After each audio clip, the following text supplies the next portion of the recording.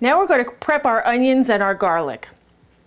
I'm going to cut some of the onion and throw it in our pot. Everything's going to go into our big soup pot.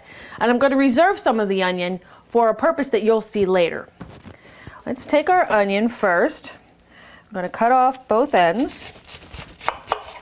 Now this onion is, the onion that we're going to use right now is just to flavor the stock. It's not to serve, because we're going to strain it out and get rid of it and put in some fresh onions. So it doesn't really matter how I chop it.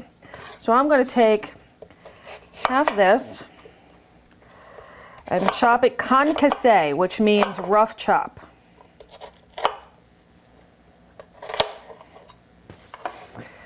And I'm going to save this the rest of the onion for later.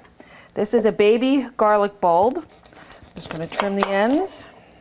That looks nice and some fresh. And again, we're not going to serve this. It's just going to flavor the stock. So I'm going to rough chop it, concassé. And we're going to throw that whole thing in. And when we come back, we're going to prep our carrots and our celery.